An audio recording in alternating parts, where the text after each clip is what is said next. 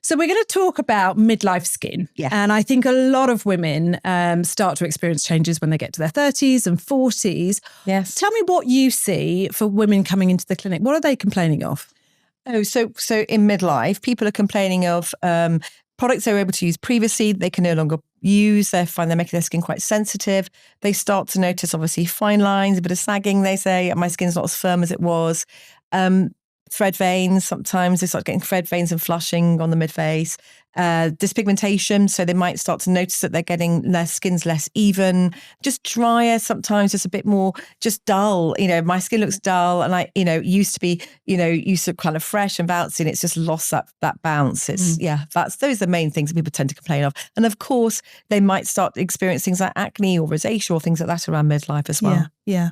And what's going on there? So can you help us explain exactly what the aging process is doing to our skin and why we suddenly start seeing these things? Yes. So it is the aging process, but also it's to do with external factors as well. So, even as young as people in their 20s, if I look very closely at their skin, you can see sun damage sometimes. If someone's doing a lot of outdoor stuff, etc., you can start to see those marks, even sort of late 20s, early 30s. Mm-hmm. So it's always that question, how much of this is intrinsic and how much is extrinsic? And some really good work done with people like Kligman and Fisher showed the skin on the face and the sun-exposed sites as opposed to non-sun-exposed sites. And a significant amount of the change that you see is to do with external factors, right. And that being, sun exposure, pollution, but also things like inflammation, stress, etc. All of these things will change our skin. And then, of course, you've got your internal factors, your estrogen sort of changes around the time of midlife, which is going to sort of make the skin. Estrogen is very important for things like blood flow, for elastin, collagen, for the pH of the skin remaining nice and acidic, for even its effects as an antioxidant. It has indirect antioxidant effects to protect you from things like pollution and UV. Right. So that's your more internal factors, but there are plenty of external factors which are also driving this process, basically. Okay. But we know that collagen is a peak, in your 20s. From about 26, you start to lose about 1% per year. But around the time of menopause, in those first 5 years, you lose 20 to 30% of your collagen. Wow. So that's quite a dive. And you lose things like hyaluronic acid, which helps to hold moisture in the skin. So there are significant changes around that time. And is it genetic, the amount that you kind of age or the amount of visible aging? So is it that, if your mother had good skin in her 50s, 60s, that you're likely to have good skin as well? Or, how much of it's genetic and how much of the things that you talked about, the pollution and things like that? Yeah. So again, it was always felt to be, so they say, they look at their mothers, isn't they? That's that old adage, basically. And now I think not so. I think the twin studies have shown actually that external factors have more of an influence than genetics when you look at identical twins. So yes, there is a genetic element to how we age and how we handle, say, stress or, environmental sort of stressors. But a large part of what we consider to be visible aging is to do with external factors. Yeah. Okay. So, which is great, actually. That's actually reassuring, isn't it? Because it means it is something that you can change. Yeah. And you can protect against and you can plan for. So I think that's a good thing. I love the fact that we've got that control, really. Yeah. Tell us about lifestyle and diet and things like that and how they influence the way we age. Yes. So I have real interest in things like the gut microbiome. I think, and I know that Tim Spector did a lot of work looking at the gut microbiome around menopause, actually. And there is a change in the microbiome around, so estrogen has an effect on our gut microbiome. But so the gut's very important, even around the time of menopause, hormonally, but also lifestyles. So eating a healthy, balanced diet that's going to create a healthy gut microbiome is very important for our general health. Yeah. It's very important from an inflammatory point of view. And we know there is an intimate bidirectional link between the skin, the brain, and the gut. Right. So inflammation, in the skin can affect gut inflammation and vice versa. Same in the brain. We know inflammation now crosses the blood-brain barrier and can have an effect on mood and stress, etc. So yeah, those sort of things are, lifestyle is very important. So exercise, sleep, a good balanced diet, all of those things I think are really important and will be seen in our skin, basically. Okay. So you talked there about the gut microbiome. How does that influence the skin microbiome?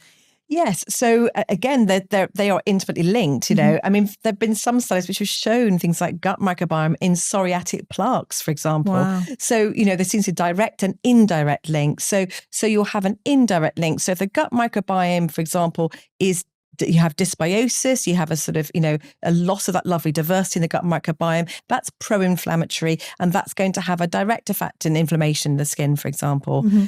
And in the skin's inflamed. So things like psoriasis, we know, is an independent risk factor for things like cardiovascular disease, etc. So we know that skin inflammation and gut inflammation are influencing each other, basically. Right. And stress, we know that when you get stressed, it upregulates inflammatory pathways in your skin. So that's why people can say to me, I'm in a meeting and suddenly I'm stressed and, you know, I start to feel my skin's changing, etc. And, you know, when I look at things, patients come to me, things like seborrheic dermatitis, for example, so that facial eczema, often dry around here and the eyebrows, scalp dandruff, that sort of thing. They say that it always comes on when I'm stressed, you know. So we see a lot of that. Rosacea, for example, a big trigger is stress and rosacea. So I think that's one of the most interesting things for me, the fact that we now realize there is this bidirectional link between the skin, the brain, the gut. So again, a big opportunity, you know, someone sits in front of me in my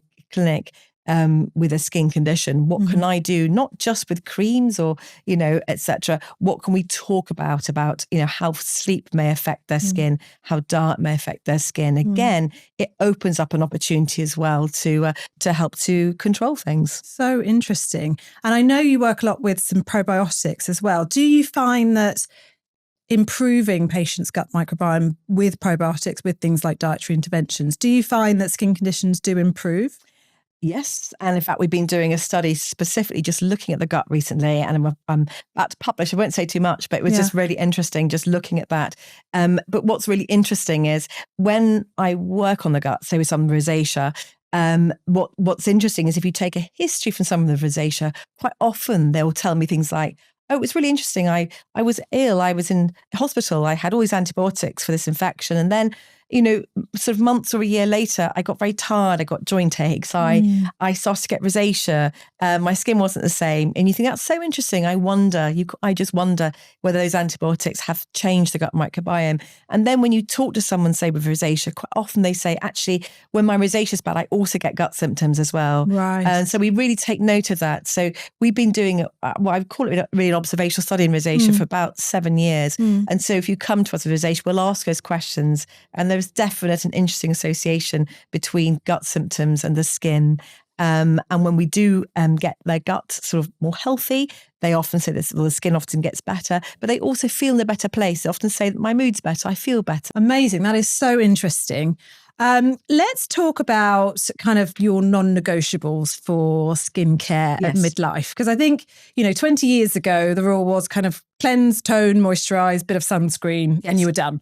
It feels so much more complicated now. There is so much more advice. You know, people are talking about 10-step routines and layering and all sorts of things. So it can be really confusing. Yes. So I just wanted to get an idea of what you feel are the non-negotiables. So the non-negotiables for me are much shorter. It's a much shorter list than you probably expect, actually. Okay. I think we really underestimate the importance of the skin barrier. Well, I've always felt that. I think that the skin barrier is a cornerstone of skin health. Yep. And I think in all ages and all skin types and all skin concerns, basically. So I think that lots of people walk around with slightly low-grade inflammation in their skin. Yeah. And a lot of that comes from barrier dysfunction. If you think about it, you know, every time you get up in the morning and go into work, you're probably exposed to pollution, you're exposed to stress, you're probably dehydrated, you're going to air conditioning. All these things are going to have an effect on the skin barrier. And I think that, and I'm sure this will be borne out probably in time, but I think that probably keeping the skin barrier as functioning as possible, as hydrated and calm as possible, is probably going to have more of an effect than many of the very clever little things that we're putting on the skin at the moment. Okay. So the first thing I would say, my biggest non-negotiable is making sure the skin is as calm and hydrated and the skin barrier is as robust as possible, Okay. keeping things out. So things like pollution, irritation, infection, and keeping things in, water, moisture. Okay. So that's a non-negotiable. So for me, therefore, using the most gentle cleanser, that when you finish cleansing, your skin doesn't feel tight or dry. Right. If your skin feels tight, it's not squeaky clean, it's probably a disrupted barrier, and you're going to start losing water. So it shouldn't feel tight. It should feel normal. You shouldn't be reaching for moisturizer. If you're immediately having to slather on a rich moisturizer, then I would question your skin barrier function and whether the rest of your skincare regime is optimal. Okay. So if it is feeling tight after you've cleansed, does that signify that actually your cleanser is just too strong? Probably too strong, basically. Okay. I think we're obsessed by cleansing, actually. Yeah. I think it's important to cleanse, of course, particularly at the end of the day. You want to get things like spore particulates, sort of pollution off your skin. It's going to sit there and cause inflammation and, upregulate enzymes which will break down your collagen. Right. So we want it off our skin, but you can remove these things probably more easily than people realize. And scrubbing the skin and exfoliating and putting, strong astringent cleansers on the skin is probably going to be a law of diminishing returns. So remove that product from the skin and cleanse the skin at the end of the day. But you want the skin to feel soft and hydrated. You don't want it to feel really tight. I think I'm hoping we're moving away from this, but I think people felt unless something's painful or red or it's not working, and it's like, that's just not true. Okay. I love hydrating serums. I love humectants. So I love good hyaluronic acids, things like panthenol, glycerin, ectoin, all of those things. And serums that contain humectants to draw moisture, I think, are really helpful. Amazing. Yeah, that's the first thing I would say. Yeah, and that's lovely and simple, though, isn't it? Yes, it's really simple. And if you just did that, something, you're on the front foot, basically. Okay. The next thing is to protect yourself from UV. You don't want to find a really good high-factor, broad-spectrum sun cream that's going to properly protect you from UV. Yeah. Particularly, obviously, during the summer months, when you've got high UVB and UVA, etc. So getting a really good sun protection. Now, there's some great sun products out there, basically, and you don't need to research too far to see which ones are really effective.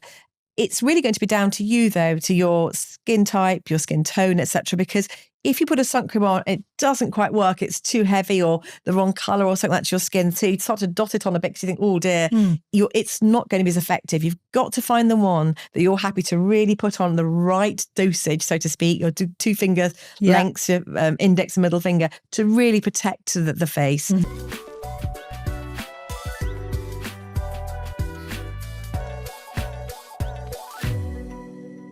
The content of this podcast is for educational purposes only. It is not intended to replace the doctor-patient relationship, nor does it constitute personalised medical advice. If you are affected by any of the topics discussed, please speak to your doctor or a qualified healthcare professional.